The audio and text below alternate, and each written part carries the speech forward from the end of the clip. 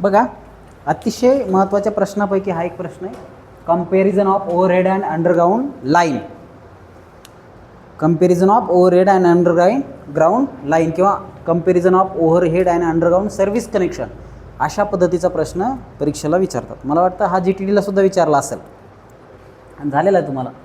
तर याचं लुकिंग कसं आहे, डेंजर आहे. पहा तुम्ही नेटवर्क बघितले ना, असं तुम्हाला किचकट नेटवर्क आहे. इकडून त्याला आकडा आला, तिकडून जम्पिंग आहे, त्याच्यानंतर इकडं असे 4-4, 5-5 नेटवर्क आहे. रिअल लाईफमध्ये लय कॉम्प्लिकेटेड राहते.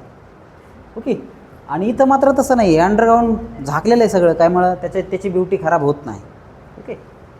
तर हे लुक, त्याच्यानंतर लोकेशन, हे the above the ground level, हे the below the ground level. हे ओपन हवेमध्ये, त्याच्यात थंड, ऊन वारा पाऊस गारा सगळ्या पद्धतीचा मारा याच्यावर होतो. ऊन वारा पाऊस गारा सगळ्या पद्धतीचा मारा याच्यावर होतो. याच्यावर होतो का? नाही होत. याच्यावर होतो का? नाही होत. त्याच्यानंतर कॉस्ट, याची कॉस्ट चिपर आहे, कारण काही खड्डा खोदाची गरज पडत नाही, केबल टप टाकायची गरज नाही, उघडेच वायर असतात. या वायरला मात्र कपडे असतात, म्हणजे वरून काय म्हणतात, लेअरिंग असते.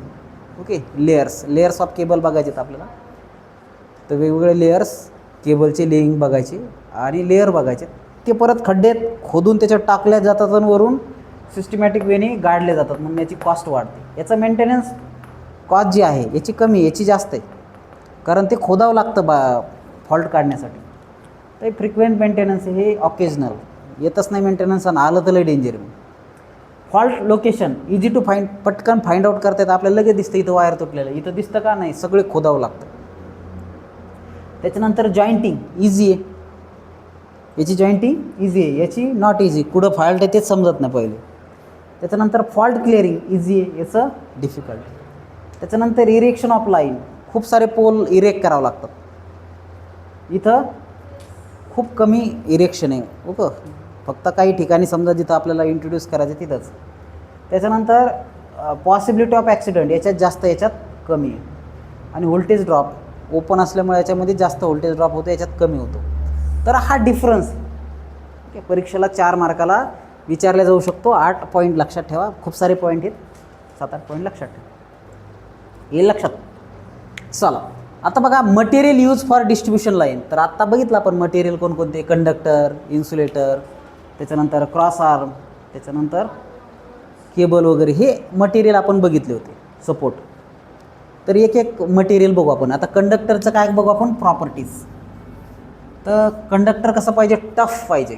स्ट्रेंथ कशी पाहिजे त्याची, चांगली पाहिजे, तुटलं नाही पाहिजे कंडक्टर. हाय इलेक्ट्रिकल कंडक्टिव्हिटी, त्याचं रेजिस्टिव्हिटी कमी पाहिजे, कंडक्टिव्हिटी जास्त पाहिजे. स्ट्रेंथ चांगली पाहिजे, तुटायला नाही पाहिजे conductor. Temperature coefficient of expansion should be small, म्हणजे जास्त टेम्परेचर आलं की ते जास्त लांबायला नाही पाहिजे, आणि कमी झालं की ते जास्त आकुंचन पण पावायला नाही पाहिजे. तर हे टेम्परेचर कोएफिशियंट ऑफ एक्सपान्शन हा कमी पाहिजे. त्याच्यानंतर ऑक्सिडेशन नाही व्हायला पाहिजे, त्याचे ऑक्साईड्स होऊन हळूहळू ते नष्ट नाही व्हायला पाहिजे. स्पेसिफिक ग्रॅव्हिटी चांगली पाहिजे. आकारमान आणि वजन याची तुलना केली तर स्पेसिफिक ग्रॅव्हिटी चांगली पाहिजे सफिशियंटली, जास्त सॅग डेव्हलपमेंट होणार नाही. त्याच्यानंतर कॉस्ट स्वस्त पाहिजे, स्वस्त पाहिजे. खूप महाग असेल तर परवडत नाही ते.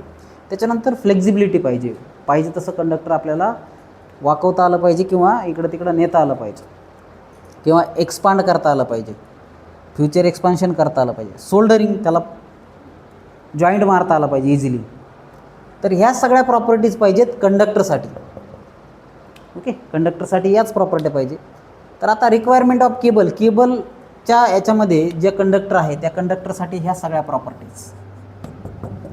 त्याच्यानंतर इन्सुलेटरसाठी बी याच प्रॉपर्टीज. फक्त इन्सुलेटिंगसाठी काय येईल, हाय इलेक्ट्रिकल कंडक्टिव्हिटीच्या जागेवर काय येईल, हाय इलेक्ट्रिकल रेजिस्टिव्हिटी येईल. Okay. Instead of conductivity high resistivity येईल, हाय डायलेक्ट्रिक स्ट्रेंथ येईल. हे थोडं लक्षात घ्या. ओके. बाकी हे सगळं जवळपास सेमच असेल, बाकी हे सेमच असेल.